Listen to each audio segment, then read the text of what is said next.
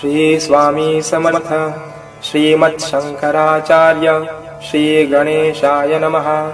ओम देवराज सेव्यमान पावनाघ्रिपङ्कजं व्यालयज्ञसूत्रमिन्दुशेखरं कृपाकरं नारदादि योगी वृन्दवन्दितं दिगम्बरं काशिकापुराधिनाथ कालभैरवं भजे।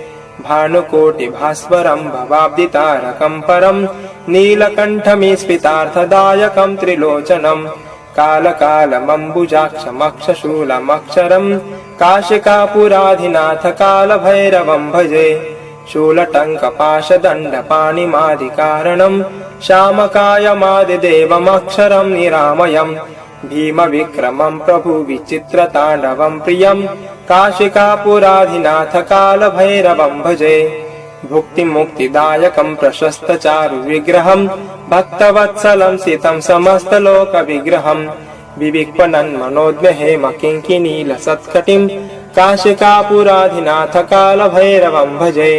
धर्मसेतुपालकम् अधर्ममार्गनाशकं कर्मपाशमोचकं सुशर्मदायकं विभुं स्वर्णवर्णशेषपाशशोभिताङ्गमण्डलं काशिकापुराधिनाथ कालभैरवं भजे। रत्नपादुकाप्रभाविरामपादयुग्मकं नित्यमद्वितीयमिष्टदैवतं निरञ्जनं मृत्युदर्पनाशनं करालदंष्ट्रमोक्षणं काशिकापुराधिनाथ कालभैरवं भजे। अट्टहासभिन्नपद्मजाण्डकोशसन्ततिं दृष्टिपातनष्टपापजालमुग्रशासनम् अष्टसिद्धिदायकं कपालमालिकन्धरं काशिकापुराधिनाथ कालभैरवं भजे।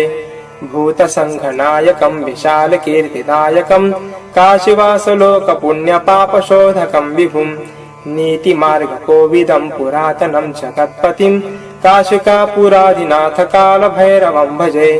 कालभैरव अष्टकं पठन्ति ये मनोहरं ज्ञानमुक्तिसाधनं विचित्रपुण्यवर्धनं शोकमोहदैन्यलोभकोपतापनाशनं ते प्रयान्ते कालभैरवाङ्घ्रिसन्निधिं ध्रुवम्।